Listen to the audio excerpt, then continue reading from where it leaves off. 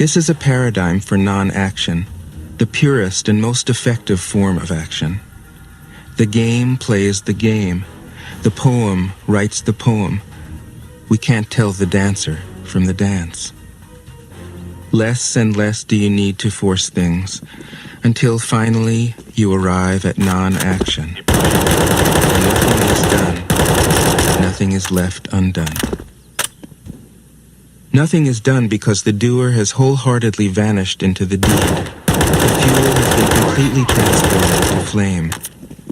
This nothing is in fact everything. It happens when we trust the intelligence of the universe in the same way that an athlete or a dancer trusts the superior intelligence of the body. Hence Lao Tzu's emphasis on softness. Softness means the opposite of rigidity and is synonymous with suppleness, adaptability, endurance. Anyone who has seen a Tai Chi or Aikido master doing not doing will know how powerful this softness is. Lao Tzu's central figure is a man or woman whose life is in perfect harmony with the way things are. This is not an idea, it is a reality. I have seen it. The master has mastered nature, not in the sense of conquering it, but of becoming it.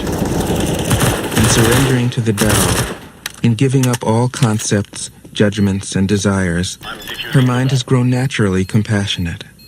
She finds, deep in her own experience, the central truths of the art of living, which are paradoxical only on the surface, that the more truly solitary we are, the more compassionate we can be.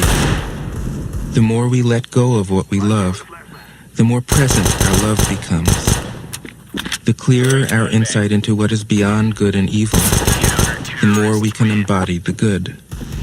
Until finally she is able to say, in all humility, I am the Tao, the truth, the life. The teaching of the Tao Te Ching is moral in the deepest sense, unencumbered by any concept of sin.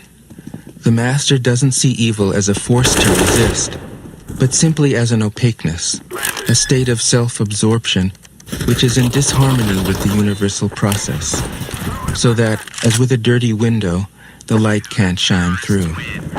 This freedom from moral categories allows him his great compassion for the wicked and the selfish. Thus, the master is available to all people and doesn't reject anyone. He is ready to use all situations and doesn't waste anything. This is called embodying the light. What is a good man but a bad man's teacher? What is a bad man but a good man's job? If you don't understand this, you will get lost, however intelligent you are. It is the great secret. The listener will notice that in the many passages where Lao Tzu describes the master, I have used the pronoun she at least as often as he. The Chinese language doesn't make this kind of distinction. In English, we have to choose. But since we are all potentially the master, since the master is, essentially, us, I felt it would be untrue to present a man archetype, as other versions have, ironically, done. Ironically, because of all the great world religions, the teaching of Lao Tzu is by far the most female. Of course, you should feel free throughout the recording to substitute he for she, or vice versa. As to method, I worked from Paul Carus's literal version, which provides English equivalents, often very quaint ones, alongside each of the Chinese ideograms. I also consulted dozens of translations into English, German, and French. But the most essential preparation for my work was a 14 years-long course of Zen training, which brought me face-to-face with Lao Tzu and his true disciples and heirs, the early Chinese Zen masters. With great poetry, the freest translation is sometimes the most faithful.